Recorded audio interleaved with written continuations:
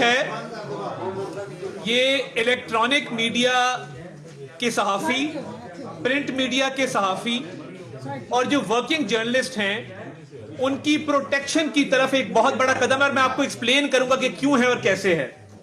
Electronic media already regulated ہے پیمرا کے تحت، کاؤنسل آف کمپلینٹس ہے، پیمرا اتھارٹی ہے۔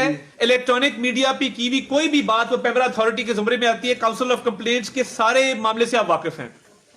الیکٹرانک میڈیا کے رولز اینڈ ریگولیشنز موجود ہیں۔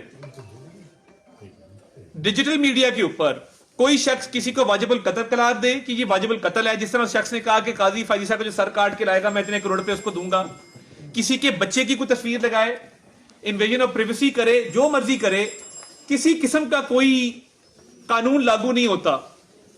الیکٹرانک میڈیا کی سپیس کیوں ختم ہوئی؟ اور دیکھیے میری عرض سنیں، آج میڈیا چینلز تنخواہیں لیٹ کیوں دیتے ہیں؟ کیا وجہ ہے کہ میڈیا چینلز اب سنو کے ساتھ جو ہو رہا ہے، میں کوشش کروں گا کہ سنو کے کسی امپلائی کو نہ نکالا جائے، ہمیں حقیقت پہ بات کرنی چاہیے نا۔ اس میں کہاں لکھا ہے کہ ورکنگ جرنلسٹ کے خلاف یہ لا بنا ہے؟ اس میں کہاں لکھا ہے کہ الیکٹرانک میڈیا پہ مزید سختی ہوگی؟ اس میں کہاں لکھا ہے کہ پرنٹ میڈیا پر مزید سختی ہوگی؟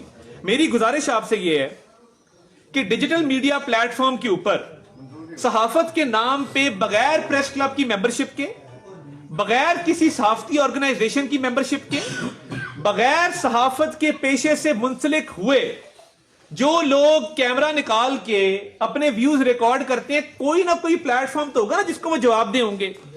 کسی اخبار کے صحافی کا کوئی ڈیوز لیٹ ہوتے ہیں، آئی ٹی این ای موجود ہے، آئی ٹی این ای کے پاس آپ جاتے ہیں چیک مل جاتا ہے، آئی ٹی این ای کے پاس آپ جاتے ہیں وہ آپ کی کمپلینٹ سنتے ہیں، اخبارات کو کہتے ہیں واجبات ادا کریں۔